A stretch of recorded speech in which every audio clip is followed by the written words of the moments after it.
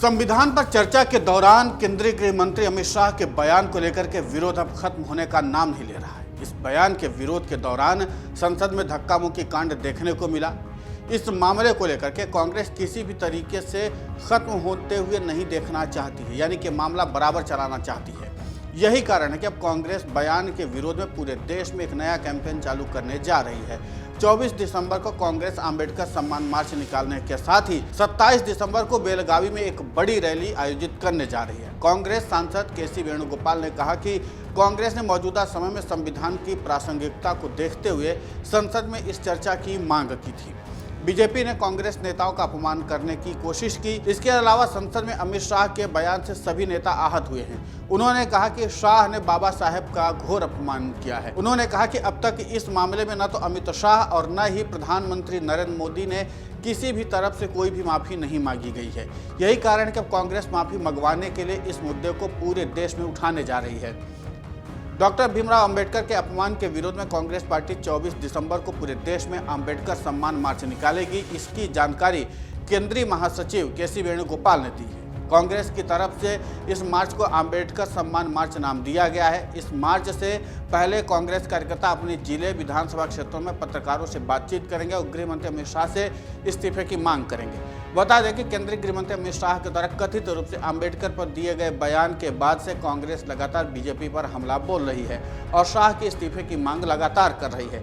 लेकिन अमित शाह ने कांग्रेस की मांग को खारिज कर दिया है और कांग्रेस को दलित विरोधी और अंबेडकर विरोधी करार दिया था। हालांकि राज्यसभा में केंद्रीय गृह मंत्री अमित शाह के भीमराव अंबेडकर पर दिए गए बयान को लेकर के सियासत अभी थमने का नाम नहीं ले रही है।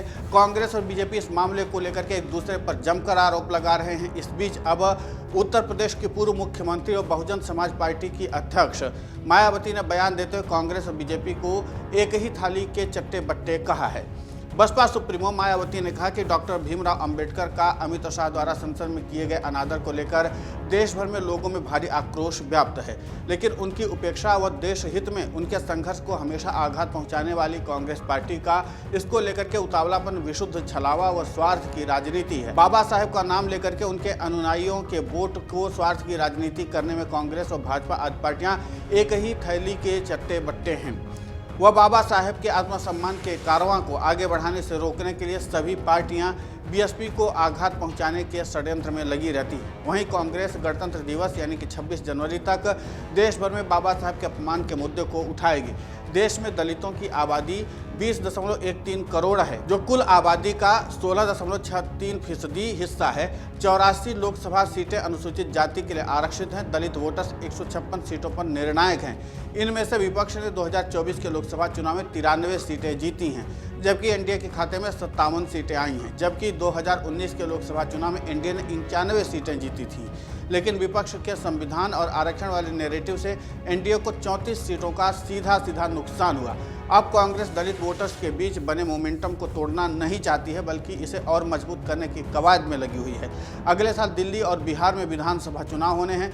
यहाँ पर भी दलितों की बड़ी आबादी है। कांग्रेस दिल्ली में अकेले चुनाव लड़ रही है, जबकि बिहार में आरजेडी के साथ गठबंधन है। दिल्ली में अनुसूचित जाति के लिए 12 सीटें आरक्षित हैं।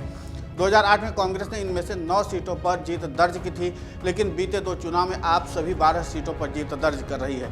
अब कांग्रेस ने अपने पारंपरिक वोटर को फिर से अपनी ओर लाना शुरू कर दिया है। बिहार में भी 38 सीटें अनुसूचित जाति के लिए आरक्षित हैं और इन तमाम सीटों पर कांग्रेस इस बार बाबा साहेब डॉक्टर भीमराव अंबेडकर के सम्मान मार्च के जरिए और रैलियों के जरिए अपने ओर खींचने की कवायद में जुटी हुई है। देखना दिलचस्प होगा कि जिस तरीके से कांग्रेस लगातार इस मुद्दे पर आक्रामक होकर के काम कर रही है, उसमें कितनी सफलता कांग्रेस को मिलती है। अगर आप ये वीडियो YouTube पर देख रहे हैं तो हमारे चैनल को सब्सक्राइब कर बेल आइकन दबाएं और Facebook पर देख रहे हैं तो हमारे पेज को लाइक करें। 8 मिलियन प्लस सब्सक्राइबर, आपके इस भरोसे के लिए बहुत धन्यवाद।